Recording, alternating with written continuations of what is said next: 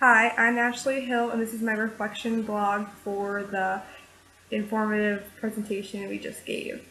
So the first question asked, what was the specific purpose of this speech? I believe the purpose of the speech was for us to gather information and learn how to tell it to somebody in easy steps, not to confuse them. So we learned the first, second, and third steps, rules, and for us to learn how to do an outline and take that outline and put it to actual use, to learn how to use citations, oral citations, and APA format. Number 2, I felt really good going into this speech because I didn't have to actually give it in front of anybody. And so recording my voice and just uploading it to the PowerPoint was pretty easy. Number 3, I did actually experience some speaker anxiety because when I was doing the recordings, when I'd go to listen to them, I could hear myself like breathing all funky or like swallowing. So then I'd get even more nervous when I'd go to record the next time.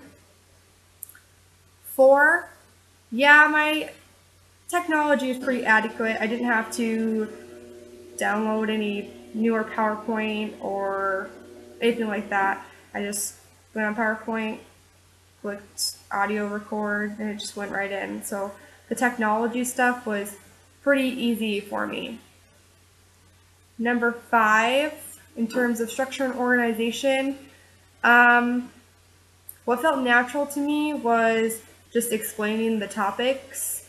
What felt odd was my transitions. They weren't very great.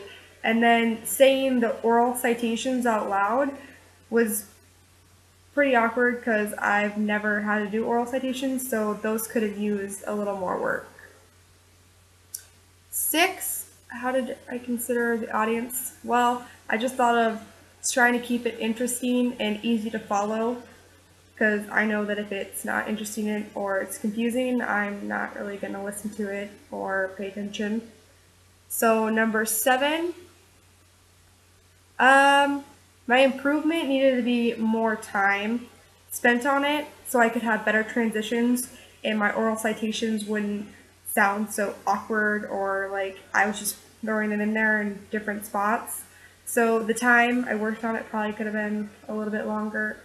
And what worked? The PowerPoint, the technology stuff, that all worked really great. Since I had no problems with that, that was all really great. And then number 8, what chapters or pages from the book.